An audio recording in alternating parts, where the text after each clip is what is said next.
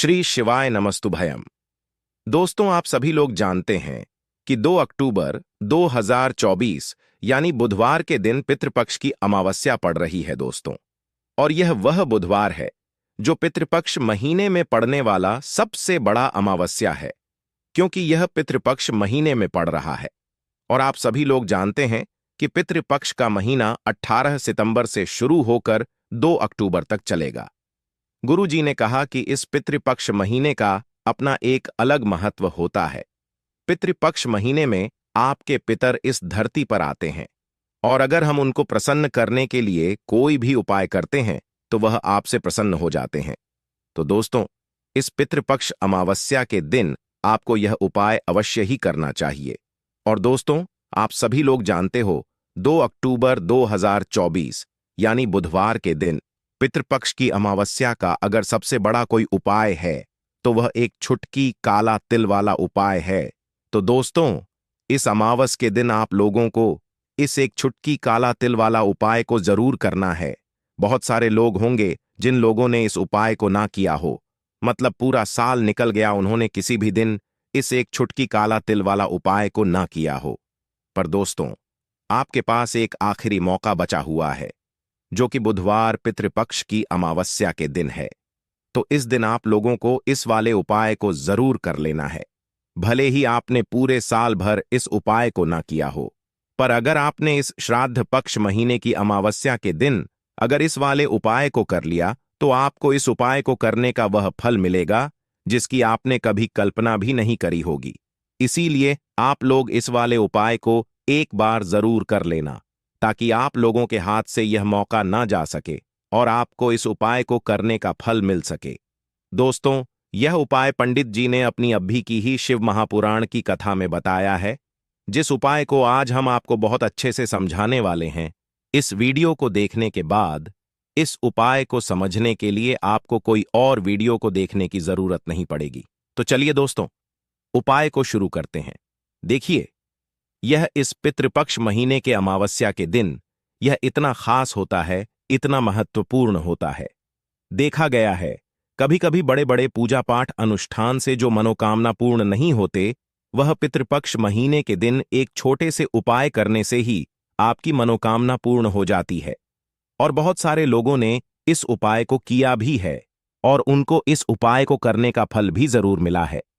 अगर आप लोग भी इस उपाय को करना चाहते हैं तो आप इस उपाय को पहले अच्छे से समझ लेना, सुन लेना, उसके बाद करना।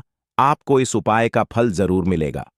और इस उपाय को कर लेने से आपके घर में चाहे किसी भी प्रकार की दुख और समस्या क्यों ना चल रही हो, आपको उसका कारण भी नहीं पता है कि भाई यह समस्या किस कारण से चल रही है, उसका कुछ भी कारण हो सकता है, जैसे पितृदोष हो सकता है या किसी भी तरह का मंगल दोष भी हो सकता है। तो इस दिन आप लोगों को एक छुटकी काला तिल वाला उपाय कर लेना है। यह एक ऐसा उपाय है जिस उपाय को अगर किसी विशेष दिन पर किया जाए तो भाई उस विशेष दिन का जो है वह तो हमें मिलता ही मिलता है। पर हमने उस दिन पर इस एक छुटकी काला तिल वाला उपाय को किया है तो हमें उससे भी बड़ा फल मिलता है, और फल बहुत जल्दी मिलता है, क्योंकि आप इस उपाय को बहुत ही बड़े और विशेष दिन पर कर रहे हो। तो चलिए अब उपाय के बारे में बात करते हैं, लेकिन उससे पहले आप लोगों को यह जानना आवश्यक है कि आखिर यह उपाय किस समय करना है, किसको करना है और कैसे करना है। तो चलिए हम आगे आपको वीडियो में एक एक करके बता देते हैं। लेकिन उससे पहले अगर आप लोग हमारे चैनल पर नए हैं तो हमारे चैनल को सब्सक्राइब कर लेना और इस वीडियो को लाइक करके कमेंट बॉक्स में श्री शिवाय नमस्तुभयम ओम नमः शिवाय जरूर टाइप कर देना। तो दोस्तों, इस एक छुटकी काला तिल वाला उपाय को हमें इस पितृपक्ष महीने के अमावस्या के दिन कैसे करना है, किसको करना है, किस समय करना है और कहां पर करना है, ये सारे सवालों के जवाब आपको इस वीडियो में मिल जाएंगे। और जो ये वीडियो देखेगा भाई, उसको एक छुटकी काला तिल वाला उपाय जरूर करना चाहिए, क्योंकि इस दिन काला तिल का भी बहुत ही बड़ा और विशेष महत्व होता है। और जब बात आ जाए एक छुटकी काला तिल वाला उपाय की, तो यह सोने पर सुहागा वाली बात हो जाती है, और यह एक बहुत ही बड़ा उपाय हो जाता है इस पितृपक्ष महीने के अमावस्या का। तो अब दोस्तों, इस एक छुटकी काला तिल वाला उपाय को आखिर करना किसको है, सबसे पहले हम लोग वह बात जान लेते हैं। तो देखो, घर की जो बड़ी माताएं बहनें होती हैं उन माताओं बहनों में से कोई भी एक बड़ी माता बहन इस वाले उपाय को कर सकती है। और दोस्तों, अगर आप चाहे तो अपने घर में से सभी सदस्यों को भी इस उपाय को करवा सकते हैं। अगर किसी व्यक्ति की खुद की कोई मनोकामना है, खुद की कोई दुख और परेशानी है जो कि वह अपने लिए ही करना चाहता है, इस वाले उपाय को तो वह खुद अपने लिए भी कर सकता है। बाकी अगर कोई घर में से ऐसा है जो कि अपने पूरे घर परिवार की सुख और शांति के लिए यह वाला उपाय करना चाहता है, तो भाई वह भी कर सकता है। उसमें भी कोई दिक्कत वाली बात नहीं है। कहने का मतलब यह है कि इस उपाय को हर एक सदस्य भी कर सकता है और पूरे घर परिवार के सदस्य के लिए घर की बड़ी माताओं बहनों में से कोई एक माता बहन भी कर सकती है। माताएं बहनें अगर घर में उपस्थित ना हो या वह यह वाला उपाय ना कर पा रही हो, तो फिर घर का कोई बड़ा सदस्य भी इस एक छुटकी काला तिल वाला उपाय को कर सकता है, चाहे फिर वह पुरुष ही क्यों ना हो। उसमें कोई भी दिक्कत वाली बात नहीं है। उसके बाद में दोस्तों, जो अगला प्रश्न निकल कर आता है वह यह आता है इस उपाय को लेकर कि आखिर इस उपाय को हमें किस समय करना है, सुबह के समय करना है कि शाम के समय करना है। तो देखो, इस वाले उपाय को आप लोग सुबह के समय भी कर सकते हो और शाम के समय प्रदोष काल में भी कर सकते हो।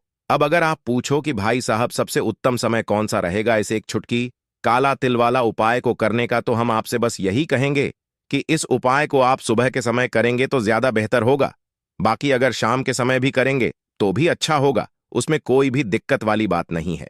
तो अब दोस्तों, जो अगली सबसे बड़ी और महत्वपूर्ण बात आती है वह यह आती है कि सुबह अगर हम उपाय को करेंगे तो हमें कितने बजे से ले कितने बजे तक के बीच में करना है, और शाम के समय प्रदोष काल में करेंगे तो हमें कितने बजे से लेकर कितने बजे के बीच में करना है। तो देखो, सुबह जितनी जल्दी हो सके आप उपाय को करने की कोशिश करना। बाकी अगर किसी कारणवश लेट भी हो जाओ, थोड़ी देर भी हो जाए, तो 10 या 11 बजे तक भी आप उपाय कर लेना, पर 12 बजे से ज्यादा देरी ना हो। ठीक है, इस बात का ध्यान रखना। उसके बाद में दोस्तों, अगर शाम के समय प्रदोष काल की बात करें, प्रदोष काल का जो समय होता है वह शाम के 6 बजे से शुरू हो जाता है। मतलब शाम के 6 बजे से लेकर 7 बजे के बीच का जो समय होता है, यह समय प्रदोष काल का समय होता है। इस उपाय को 7 बजे या 8 बजे के बीच में भी कर सकते हो। मतलब शाम के 6 बजे से रात 8 बजे के बीच में आप कभी भी इस वाले उपाय को कर सकते हो, उसमें कोई भी दिक्कत वाली बात नहीं है। परंतु 2 अक्टूबर 2024 के दिन, बुधवार के दिन, पितृपक्ष की अमावस्या का के दिन कोशिश करना कि समय के अंतर्गत ही कर लो। किसी कारणवश ना कर पाओ तो थोड़ा देरी से भी कर सकते हो, आपको उपाय का फल जरूर मिलेगा। अब देखिए, बहुत सारे लोग हैं जिन्हें आइडिया भी नहीं होता है, जिन्हें थोड़ा सा भी अंदाजा नहीं होता है कि पी अगर हमारे हमसे नाराज हो जाए, ना तो जीवन में दुख ऐसे आते हैं, ना कि हर जगह से हर तरफ से जीवन में दुख आता है। व्यक्ति अपने जीवन में पैसे को लेकर भी परेशान है, उसके पास पैसा आता भी नहीं है, आता है तो उसका पैसा खर्च बहुत होता है ना। साथ ही साथ उस घर के बच्चों के अंदर आपको चिड़चिड़ा स्वभाव बहुत दिखेगा। उस घर में लड़ाई झगड़ा बहुत ज्यादा होगा, जहां कहीं ना कहीं थोड़ा सा भी पितृ दोष है। अब पितृ नाराज कैसे होते हैं? देखिए, बहुत बार बहुत सारी चीजें जाने अनजाने में हमसे ऐसी हो जाती हैं जिससे कि हमारे पितृ जो है ये हमसे नाराज हो जाते हैं।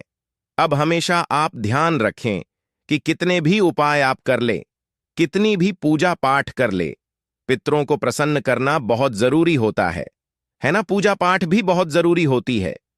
उसी तरह से हमेशा अपने पितरों को प्रसन्न करना चाहिए, क्योंकि अगर आपके पितृ प्रसन्न रहेंगे तो आपके जीवन में सब कुछ उत्तम होता है। तो चलिए बात कर लेते हैं कौन सा उपाय है और कैसे करना है। तो देखिए, आपको करना क्या है। आपको यहां पर एक छुटकी काला तिल लेना है। अब यह जो काला तिल होता है यह श्री हरि विष्णु से भी जुड़ा हुआ है, और काला तिल जो होता है यह हमारे पितरों से भी जुड़ा हुआ है। जितने भी उपाय हम अपने पितरों को प्रसन्न करने के लिए लेते हैं है ना, करते हैं, मतलब जितने भी उपाय उसमें तिल जरूर होता है। काला तिल, सफेद तिल की बात नहीं कर रहे हैं। 2 तिल होते हैं ना, एक काला एक सफेद, तो एक छुटकी काला तिल लेना है। और जिस जल से आप स्नान करते हैं उसमें एक छुटकी काला तिल आपको डालकर ही स्नान करना है। अमावस्या की तिथि, जिस दिन अमावस्या की तिथि है उस दिन, और साथ ही साथ आपको थोड़ा सा गंगा जल भी डालना है। देखिए, जब भी आप आपके घर के आसपास कहीं भी मान लीजिए पवित्र नदी नहीं है, गंगा माता नहीं है, तब आप क्या करेंगे? गंगा जल तो हर किसी के घर में होता है ना। थोड़ा सा ही आपको गंगा जल डालना है, एक चुटकी काला तेल डालना है और हर हर गंगे बोलकर आपको स्नान करना है। इतना उपाय आप कर लीजिए और फिर देखिए आपके जीवन में कैसे चमत्कार होता है। यहां पर आपके पितृ भी आपसे प्रसन्न होते हैं, श्री हरि विष्णु की कृपा आपको मिलती है और ऐसा समझ लीजिए कि रातों रात आप देखते हैं कि आपके जीवन में धन भी आना शुरू हो जाता है। जीवन के बड़े बड़े दुख और कष्ट भी आपके जीवन से भागने लगते हैं। इतना ज्यादा चमत्कार होता है। एक छुटकी तिल और गंगा जल अपने जल में मिलाकर जो व्यक्ति स्नान कर लेता है, उसके जीवन में वह रातों रात चमत्कार देखता है। तो जो लोग चाहते हैं ना कि जीवन से हर तरह का दुख दूर हो जाए, हर तरह की समस्या परेशानी कष्ट दूर हो जाए, उन्हें तो विशेषकर पितृपक्ष महीने की अमावस्या के दिन एक छुटकी तिल डालकर और गंगा जल डालकर स्नान जरूर करना चाहिए। करके देखिए, इस बार आप अमावस्या पर खुद अपने जीवन में बहुत बड़ा बदलाव और चमत्कार देखेंगे। पूरी सच्ची श्रद्धा से ही उपाय आपको करना है। तो देखिए, पहले उपाय की बात कर ली, अब बात कर लेते हैं 2 अक्टूबर पितृपक्ष महीने की अमावस्या के दिन किए जाने वाले दूसरे उपाय की। अच्छा, जो दूसरा उपाय आपको बताने जा रहे हैं, यह विशेषकर उन लोगों के लिए है जो लोग कहते हैं कि हमारे घर में क्लेश बहुत बहुत होता है, घर में गरीबी बहुत छाई रहती है, निर्धनता छाई रहती है ना? घर में बहुत ज्यादा पैसों की कमी रहती है, घर में बहुत ज्यादा फिजूल खर्ची होती है। तो जो लोग कहते हैं ना कि पैसा आता है खर्च हो जाता है, वह लोग अलग हैं। लेकिन कुछ लोग कहते हैं कि घर में पैसा ही नहीं आता है, खर्च कहाँ से होगा, पैसा ही नहीं आ रहा है ना?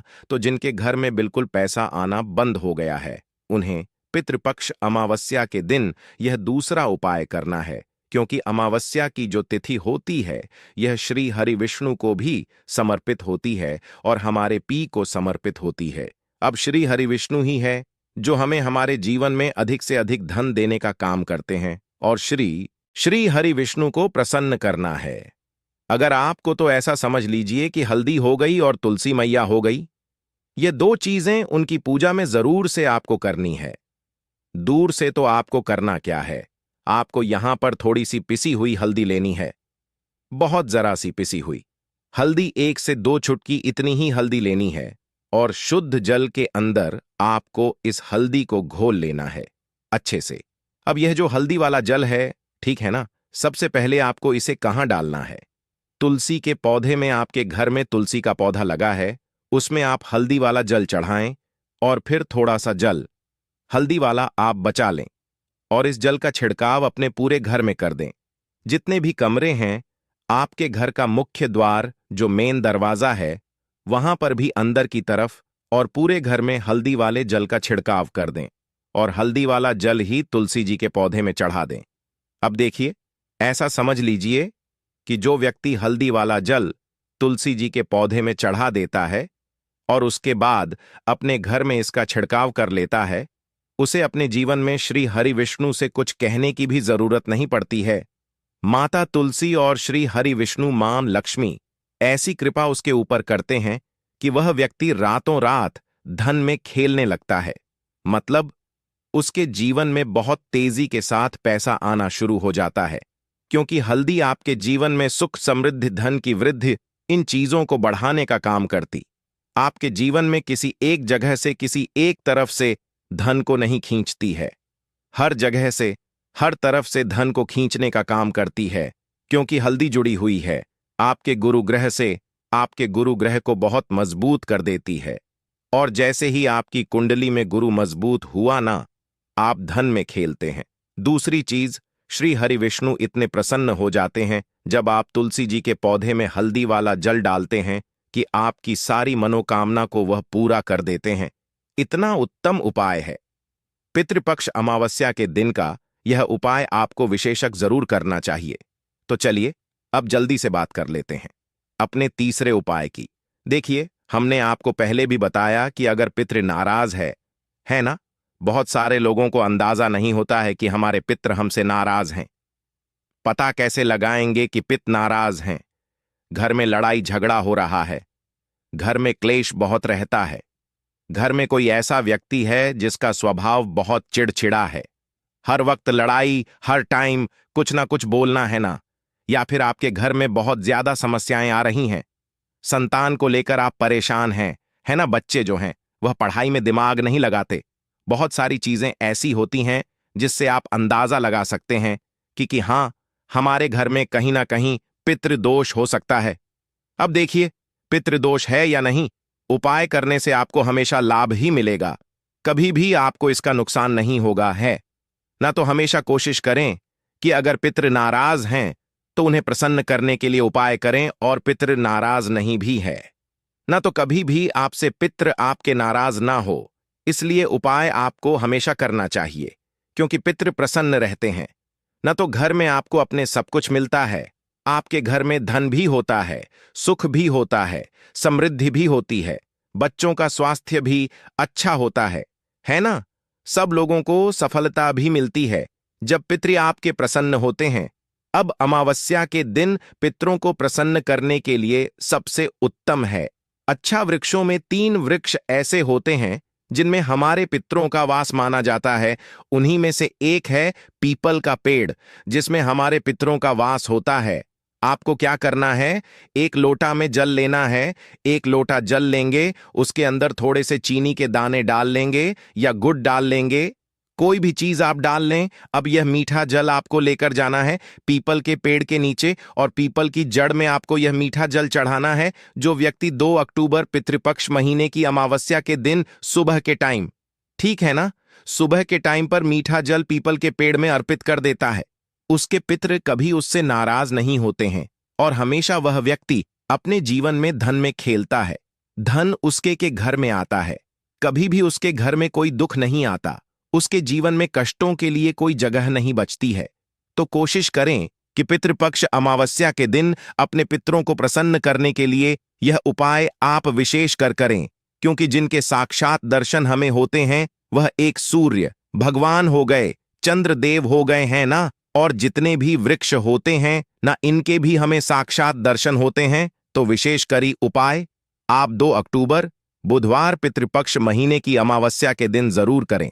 तो दोस्तों, यह थे पूज्य गुरुजी द्वारा बताए गए कुछ बहुत ही खास उपाय। अगर आपको जानकारी अच्छी लगी हो तो वीडियो लाइक करिएगा।